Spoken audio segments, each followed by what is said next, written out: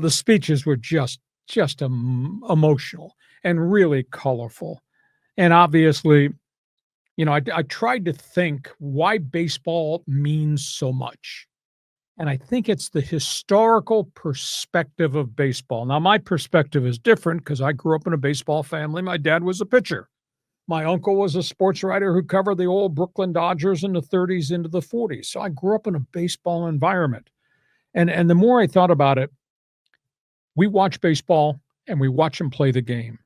But as we watch baseball and watch them play the game, we replay the memories of our youth.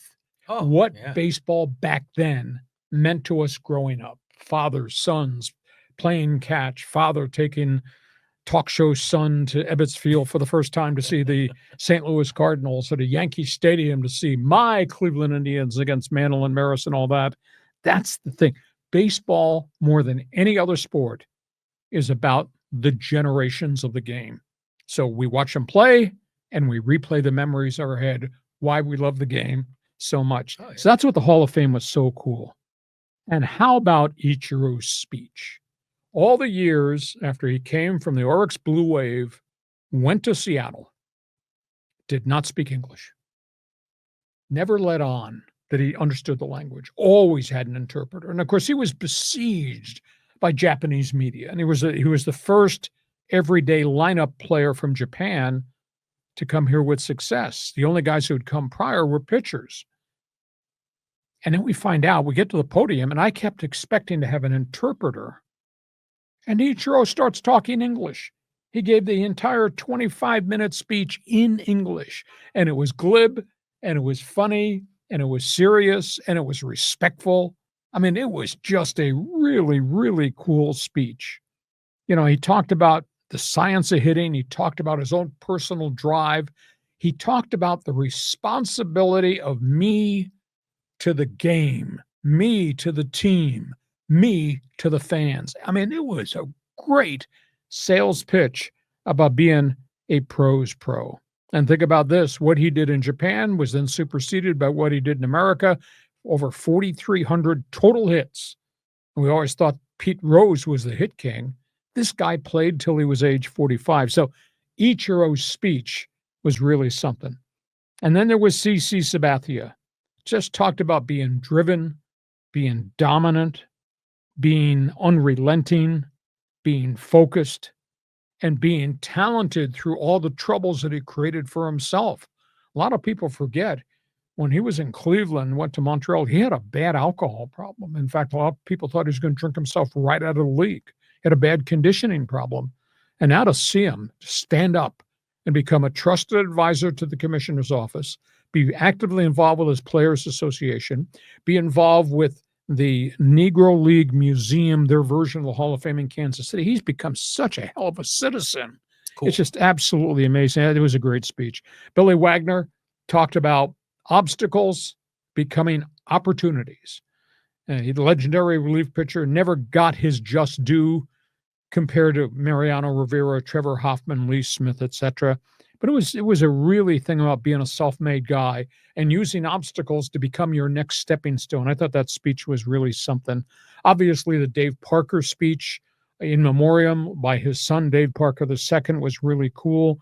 Pops, the road he traveled, his life, what being a Pittsburgh Pirate meant to that family, and the We Are Family generation of Pirate baseball. And Dick Allen's widow, talking about Dick Allen, the man that a lot of us did not know. We only saw the public perception of Dick Allen.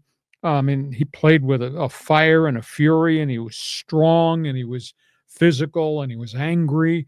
That's who he was with his 42-inch bat.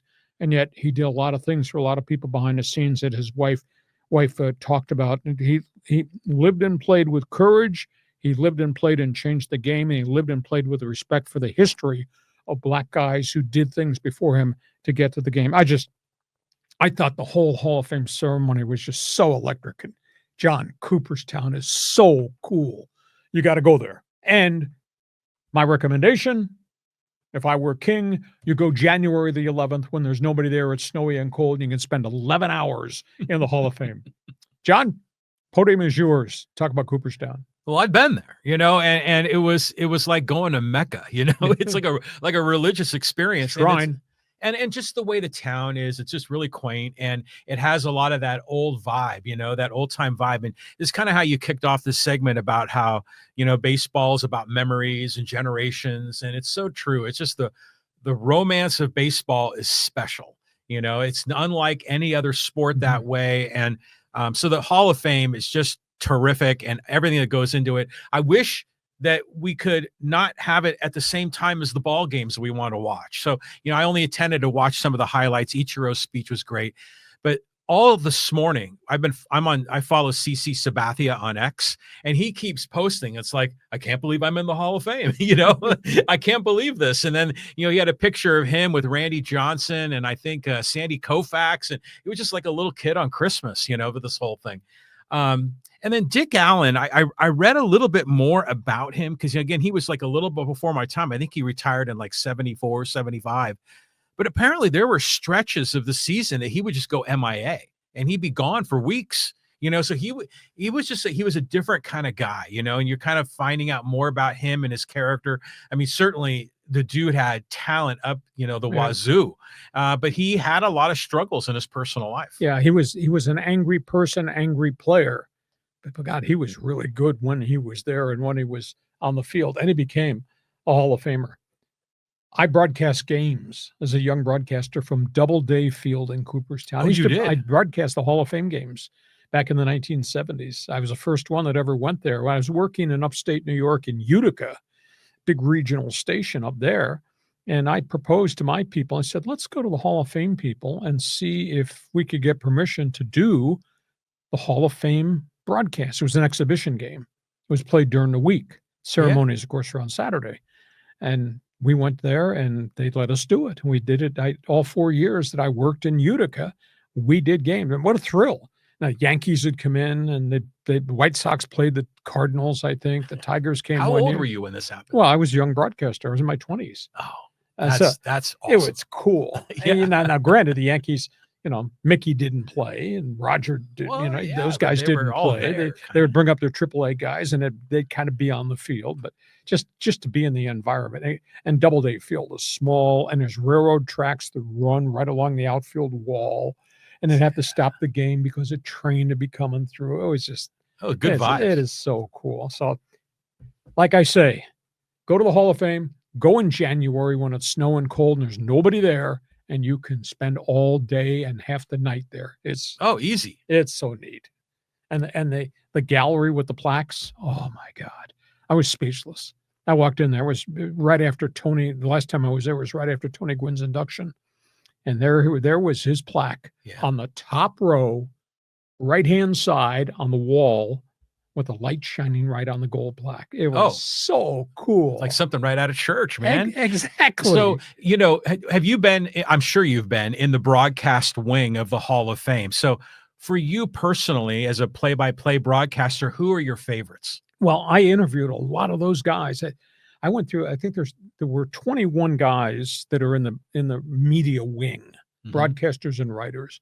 I think I'd interviewed 16 of the 21. Oh, nice. So it was kind of cool. So, but I grew up black and white TV. Now some people I know still have black and white TVs, AKA Bill Warndell in Philadelphia. But I grew up in black and white and TV, and I grew up listening to baseball on radio, and I grew up with Mel Allen and Phil Rizzuto and a young Jerry Coleman. And I grew up with a young Vin Scully, and I grew up with a New York Giant broadcaster, Les Kiter. So I would listen on radio all the time. Everybody listened to baseball on radio. You go to the beach. I grew up on Long Island. You could walk along the shore on the beach, and everybody had transistor radios listening to baseball, either Yankees or Dodgers or Giants, or then Yankees or New York Mets. So I listened to all those guys. So that's where I cut my teeth, is listening to those special people. What a thrill. I interviewed Mel Allen before he passed, interviewed Red Barber before he passed. Obviously interviewed Jerry Coleman multiple times. What a thrill.